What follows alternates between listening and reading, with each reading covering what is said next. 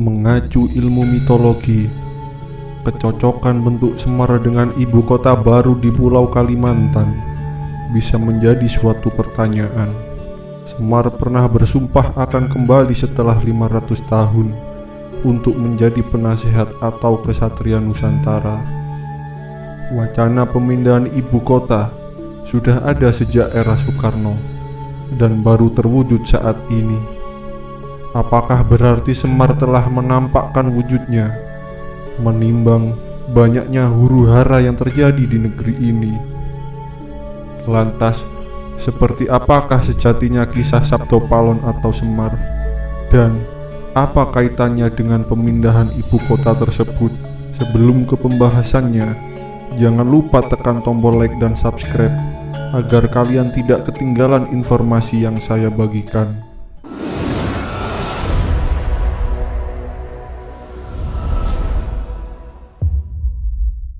Sejak diputuskannya rencana pemindahan ibu kota baru ke Pulau Kalimantan, ternyata menyimpan beragam misteri, khususnya kisah Sabdo Palon yang melegenda itu. Sebelum jauh mengulas mengenai misteri kembalinya Sabdo Palon, mari kita mulai dengan menguak siapakah sejatinya sejarah Sabdo Palon itu sendiri. Sabdo Palon adalah tokoh legendaris yang dianggap sebagai pandito dan penasehat Brawijaya kelima, penguasa terakhir yang beragama Buddha dari kerajaan Majapahit di Jawa. Namanya disebut-sebut dalam serat Darmo Gandul yang ditulis oleh Ki Kalam Wadi dengan waktu penulisan hari Sabtu Legi 23 Ruah 1830 Jawa atau 16 Desember 1900 Masehi. Serat Darmo Gandul adalah suatu tembang macepat kesastraan Jawa Baru berbahasa Jawa Ngoko. Disebutkan bahwa Sabdo Palon tidak bisa menerima sewaktu Brawijaya digulingkan pada tahun 1478 oleh tentara Demak dengan bantuan dari Wali Songo. Walaupun pada umumnya dalam sumber-sumber sejarah dinyatakan bahwa Brawijaya digulingkan oleh Girindarwardana, ia lalu bersumpah akan kembali setelah 500 tahun saat korupsi merajalela dan bencana melanda untuk menyapu Islam dari Jawa dan mengembalikan kejayaan agama dan kebudayaan Jawa. Dalam Dharma Gandul, agama orang Jawa disebut agama Budi yang dahulu ajaran Buddha berdampingan dengan ajaran Hindu. Serat Darmo Wulan dan Serat Belambangan juga mengisahkan tokoh ini. Pada tahun 1978, Gunung Semeru meletus dan membuat sebagian orang percaya atas ramalan Sabdo Palon tersebut. Tokoh Sabdo Palon dihormati di kalangan umat Hindu di Jawa serta di kalangan aliran tertentu penghayat kejawen. Sabdo Palon seringkali dikaitkan dengan satu tokoh lain, yaitu Noyo Genggong, sesama penasehat Brawijaya kelima. Sebenarnya tidak jelas apakah kedua tokoh ini orang yang sama atau berbeda. Ada yang berpendapat bahwa keduanya merupakan penggambaran dua pribadi yang berbeda pada satu tokoh. Saat ini, petuah atau ajaran Sabdo Palon dijadikan sebuah kitab yang menceritakan sejarah asal mula Kabupaten Pati dalam bentuk sastra babat yang berisi tentang kebaikan yang bersumber dari leluhur tanah Jawa. Sabdo Palon identik dengan Semar dalam lakon Mahabharata versi Jawa. Dalam dunia pewayangan, dia muncul bersama anak-anaknya, yakni Gareng, Petruk, dan Bagong.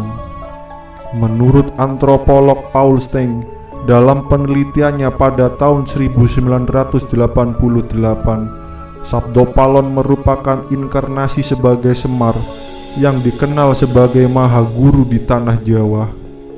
Mereka adalah titisan dewa dari Kayangan yang sengaja turun ke bumi menjadi Punokawan. Tugasnya menjadi pamomong raja dan pengayom kawulo. Nama ini kerap disandingkan dengan sosok Noyo Genggong. Keduanya senantiasa hadir mengiringi pemerintahan raja-raja Jawa di masa Hindu-Buddha. Untuk diketahui, Sabdo Palon dan Noyo Genggong bukanlah nama asli, tapi gelar yang diberikan sesuai dengan karakter tugas yang diemban dalam serat Darmo Gandul. Sabdo Palon memiliki dua makna. Sabdo berarti seseorang yang memberikan masukan atau ajaran, sedangkan Palon yang berarti pengancing atau pengunci kebenaran yang bergema dalam ruang semesta. Sementara Noyo Genggong memiliki makna Noyo yang berarti Nayoko atau abdi raja, dan Genggong yang bermakna pengulang-ulang suara. Noyo Genggong adalah seorang abdi yang berani mengingatkan raja secara berulang-ulang tentang kebenaran dan berani menanggung akibatnya. Berikut kisah turun-temurun tentang sumpah kembalinya Sabdo Palon pada penghujung kejayaan kerajaan Majapahit bersamaan dengan berkembangnya agama Islam di tanah Jawa. Raja tua terakhir Majapahit, Prabu Brawijaya kelima, pergi menyingkir hingga penghujung timur Pulau Jawa Blambangan yang sekarang dikenal dengan nama Banyuwangi, didampingi dua apinya, Sabdo Palon dan Noyo Genggong. Sunan Kalijaga atau anggota Wali Songo termuda penasehat Raden Patah menyusul Sang Prabu Brawijaya kelima ke Blambangan. Sunan Kalijaga membujuk Sang Prabu untuk kembali ke istana Majapahit agar tetap menjadi sesepuh yang dihormati. Tetapi Sunan Kalijaga tidak berhasil membujuk Sang Prabu untuk kembali, namun berhasil meyakinkan Prabu Brawijaya kelima untuk memeluk agama Islam.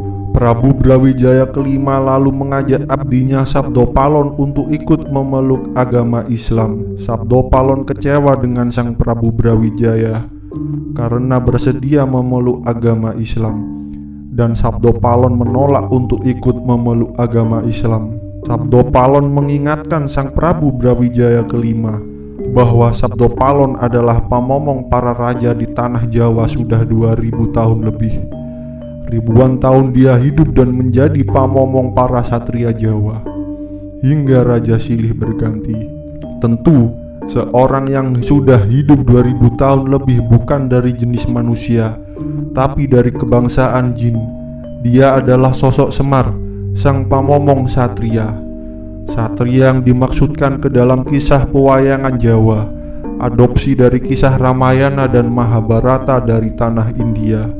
Sabdo Palon kecewa karena Prabu Brawijaya kelima ini masuk agama Islam dan menyebarkan agama Islam ke seantero tanah Jawa.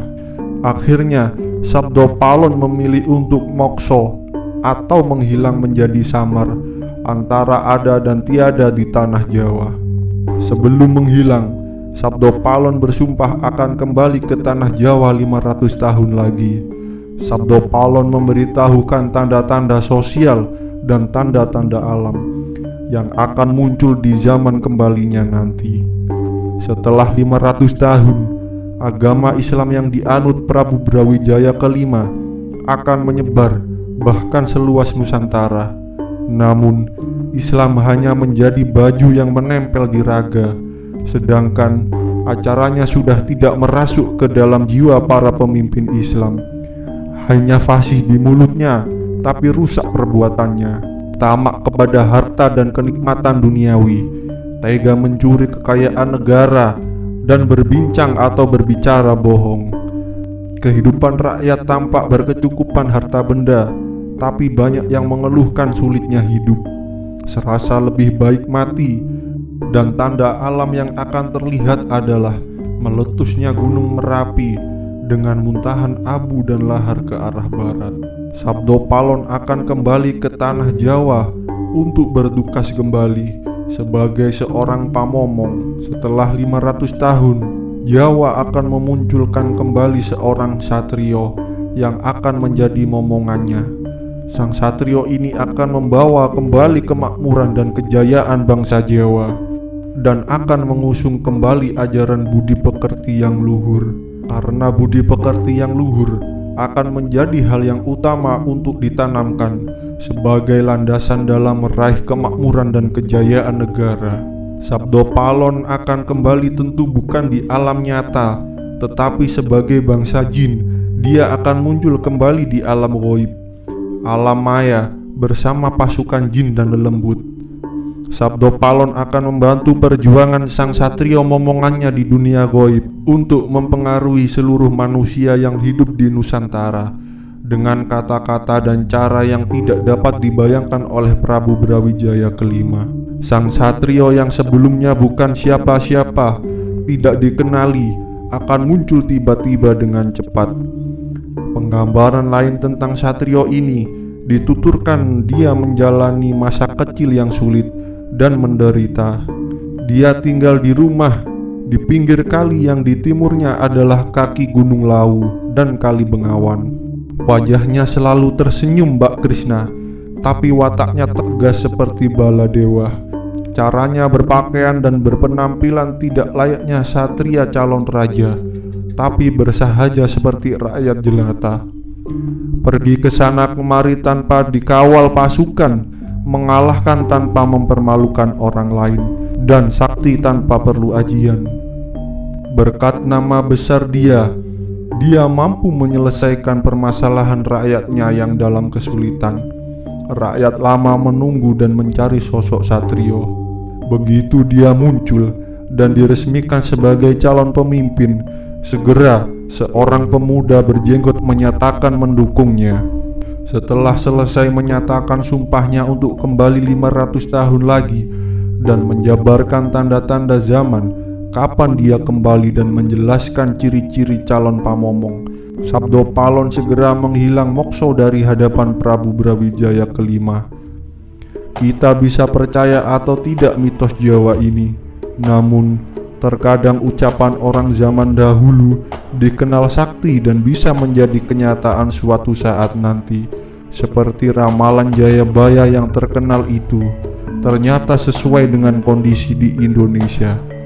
Bagaimana tanggapan Anda mengenai kisah ini? Apakah Anda percaya atau mungkin hanya kebetulan semata?